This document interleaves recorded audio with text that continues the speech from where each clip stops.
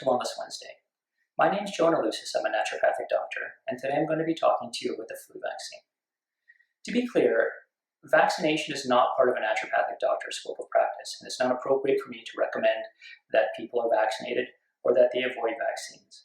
But it's a question that we face every year at this time of year.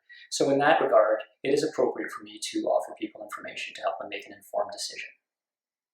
So there are a number of reasons that it's very difficult to study the flu vaccine and research the flu vaccine. The two main reasons are that, one, most of the research into the flu vaccine is sponsored by the industry, and research demonstrates that this is biased towards flu vaccine effectiveness. So that's something that has to be considered when you review this research and make your decision.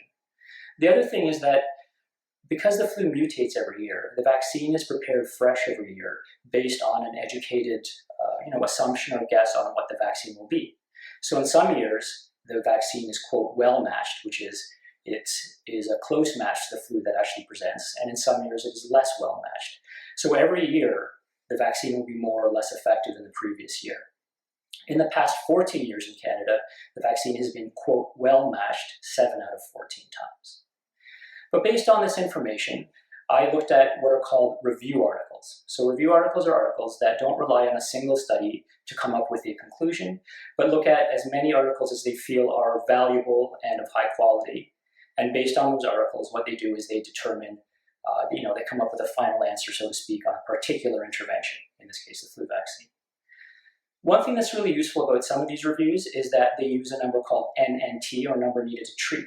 And that's what I'm going to explain in these particular statistics. The reason that these are important is because if you represent the result of a study in a percentage, it can be misleading. So if you give a medicine and it's, quote, 100% effective, it sounds like it's really, really effective. But if you compare it to the placebo group, that is the people that didn't get the medication in the study, and 99% of those people got better, then really the medication isn't any better than doing nothing at all. So this N.N.T number, or number needed to treat, is a good way to get a sense of how much better a medicine is than doing nothing. Okay? And an N.N.T, to give you an example, is if a medicine has an N.N.T number of 2, that means in order to prevent 1 case of flu, you have to give 2 people the vaccine. Okay?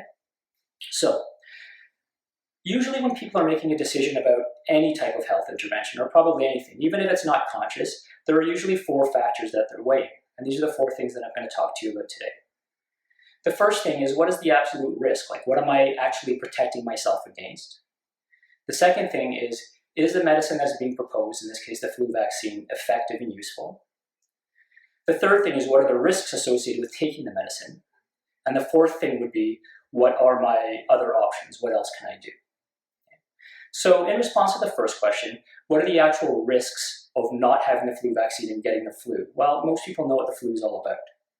One very important, let's say, statistic that skews people towards taking the vaccine might be the fact that Health Canada reports that about 3,500 Canadians every year die from flu-related illness. This number may actually be a high estimation.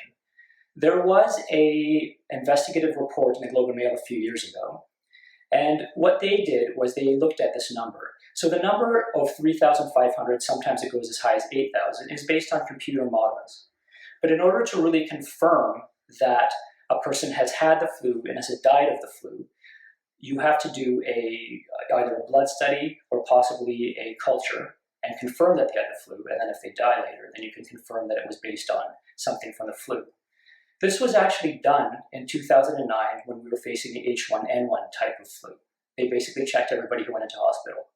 And that year, there were 428 people who died of the flu, which is a big number, but far, far less than 3,500.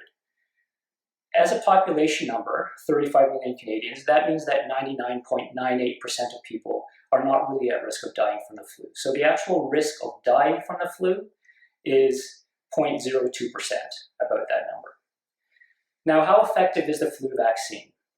The flu vaccine, I looked at this in 3 different populations because there are kind of 3 groups of people that people talk about with the flu in. One is the general population, what we'll call healthy adults. And the 2 most susceptible populations are children, which are people under 16 years of age, and then older adults, people over 65 years of age. So in these 3 populations, in healthy children, in children younger than 2 years of age, the vaccine does not seem to be any healthier or any more useful than doing nothing at all. It is somewhat effective, according to researchers, in children under the age of 6. In children under the age of 6, the N.N.T is 6, which means that in order to prevent 1 case of flu, 6 children would have to be vaccinated. Researchers have deemed that in healthy adults, that is the general population, and in seniors, the vaccine is not particularly effective.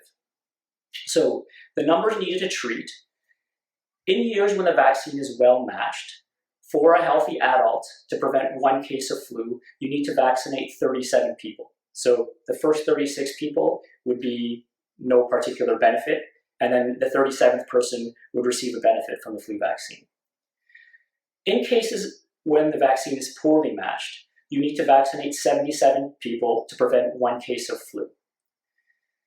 For older adults that are living in the community, that is healthy adults who aren't in a nursing home, you need to vaccinate 40 people to prevent 1 case of flu.